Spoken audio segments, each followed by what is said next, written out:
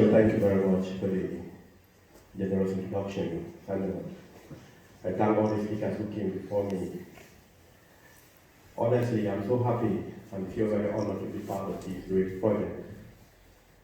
And I do commend the efforts of the Economic Council, the Archives, and the Cultural Center for this really formidable work of a reminder which will make our nation to get to a better place. When I was invited to be a creative facilitator of this project, I did not relent because these are the kind of things I want to hear. It was a wonderful news to know that back then, in the 19th century, people that looked like me had been coming to this community and that they were well taken care of. That they did not come here out of their will. They came here because they wanted to be empowered, not to be enslaved. They came here, learned, and went back to their country. And the lengthening shadows of their coming here still happen in Africa even today. When I read a bit about these guys, I realized that one of them, Davidson, went to South Africa. And he actually at some point became the mentor to the great Nelson Mandela we know. Can you imagine? Nelson Mandela, the icon of inspiration, the icon of liberation, a symbol of unity and resilience for all, was mentored by someone who studied in Colwyn Bay. I think your ancestors have done something formidable for the world, and I can see your ancestors in you from what I feel when I go out in the streets. You're still so warm and so kind to us, and I think my son is lucky to be growing within this great community. Can we give a round of applause to the people of Northwest in particular?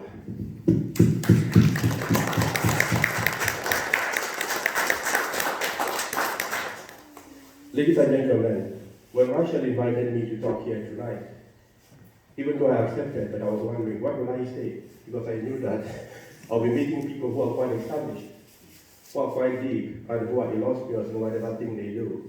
Well, I just decided, I'll say what I can say, no matter how little it is, maybe you create an impact.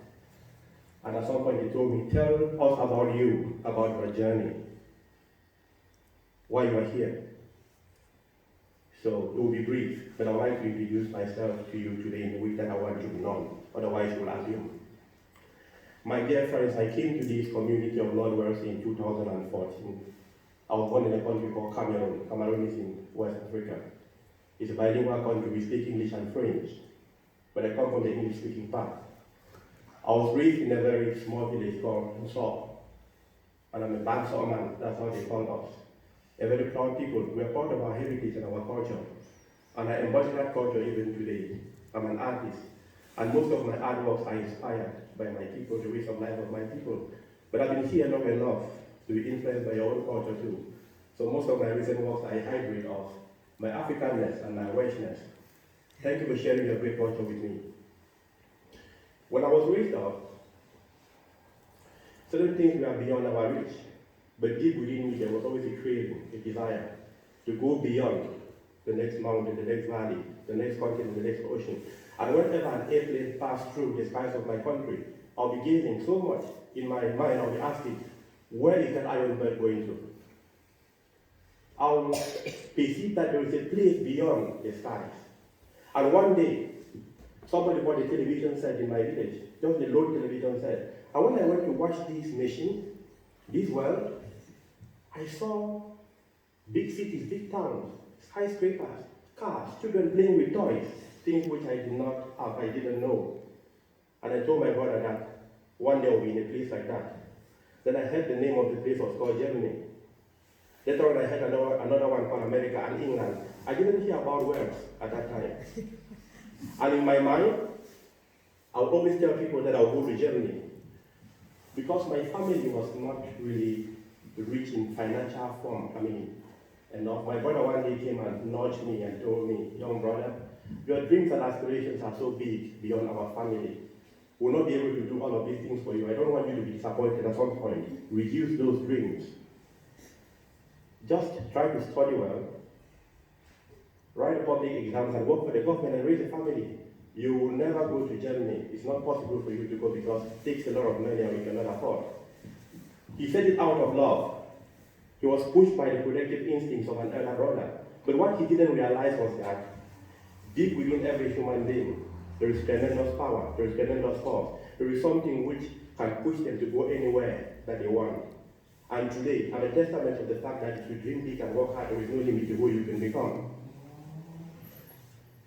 My dreams of traveling the world did not die, even with this advice. But I decided that art and bending would be my ticket to travel the world. I decided I would develop my art in such a way that the marketplace, wherever in the world, must recognize me. I was spending hours and hours painting and drawing. But even the material was a problem. And I decided to create my own pencil by burning charcoal and using plywood as sketch pots. For paint, I would ground rocks, colored rocks, and sometimes use pigment from flowers, bind them with egg whites or any glue I could get in order to do my practice. For my brushes, sometimes with a group of friends, Naptipier, Kiwanoka, St. Paul, we would go to the butcher's place and get the tails of the cow, remove the hair, and make our own brushes. And I had to persevere like that for about 15 years before I was able to sell one painting the equivalent of what is about 15 pounds in Great Britain. But my dream of traveling and making big in the world did not die. Then the magic happened in 2011. Some volunteers came to my small village. Most of them came from America. They were American Peace Corps. Some of them were from Belgium, another one from the Netherlands, and another one from Germany. And they were told that in that village, there is an artist, there is somebody who is creative. They decided to come and see. The one who was from America, when he visited, there's a word he used that I'll never forget. He said, in quotes, "I didn't realize that at the far corners of the earth, I'll see this kind of good art. Wow." I was uplifted. Then again he said, "But, wow, the material is not good." I said, "Yes, I know the material is not good. The problem is that I don't have access to good material." That very evening, he struck a deal with me. The deal was like, he said, "I'm going to provide good material for you, and you'll repay me with finished works of art." I said, "Yes, please do this." Luckily for me, his parents were to visit the country 2 weeks after that, and he told them that he's made an artist and this is what they have planned to do together. The parents immediately supported the project. And it looked like all or most of their luggage was art material. When they came and offered this material to me, you can imagine how I felt. It's what they call, luck is what happens when opportunity meets preparation. I locked the doors of the world. I was inside my room for 21 days. I'll go out to answer the call of nature, have some food, then go back to express all that I've ever imagined, but I was reluctant to put it out because the material was not good. And thankfully, everything changed for me. By 2012, I had my first international exhibition, still back home. But 90% of those who attended were white people from the different places in my country, because their friends who were there in my village became like tentacles for me. They became like promoters for me. They invited their friends, and the whole village where I come from boomed that very afternoon. The economy was actually shaking positively, and I sold lots of artwork. 2013, I was able to have my first international trip. I went to the Netherlands, to Germany, and also to Switzerland. Went back home. After that, the next year, I went to South Sudan, Kenya, and Uganda. Then, by the end of 2014, I found myself in the United Kingdom to come and study in Bango University. Then in Bango University, I became part of a charity called Bango Art Initiative. They have been very supportive to me even up till now. My dear friends, as I'm speaking here today, I would like to share that my paintings today are far and wide in the world. I've exhibited in the Millennium Development Center in Cardiff, in the National Library of Wales, in Orembong in Llangefni, in the Estoril in Bango, in Pontier in Bango, and indirectly somehow at the Colwyn Cultural Center with the children. I'm happy that I'm contributing to your community, and my work with the young people goes beyond creativity. Recently too, I've been noted as a renowned motivational speaker. I like to motivate people with my story because I believe that Every human being has something within that the universe gives to that person. But if you don't look deep inside with courage, you might not find it. And the young people that we have should know this, should know that they are important, that there is something great within them, which they can use to make their society and the world a better place. And this community where we live, I believe that the children have more than their ideal. When they hear my story and they understand the peace from which I climbed to be here, they understand that they have everything around them to become the best that man or woman can become. Well, I'm going to finish to invite us to remember why we are here. We're here to remind ourselves of people who came to this community and we are helped by your people, and they went back to their countries and did marvelous things. And this is a wonderful thing that we are doing, it's worthy. But can we now look at ourselves and question our own footprints? What have we done to the world? If today is our last day, shall we be remembered 50 years after now? The people that you touched in your life, the footprints that you left, are you proud of them? Did you appeal to the best in others, or to the worst in them? To the good in others, or to the worst in them? To the greatest in others, or to the worst in them? We have the responsibility to make the world a better place no matter where we come from. We all want wonderful things, but we leave that responsibility to a few. But if we decide to be the ones to promote what we want in the world, soon before we realize there will be no problem in the world.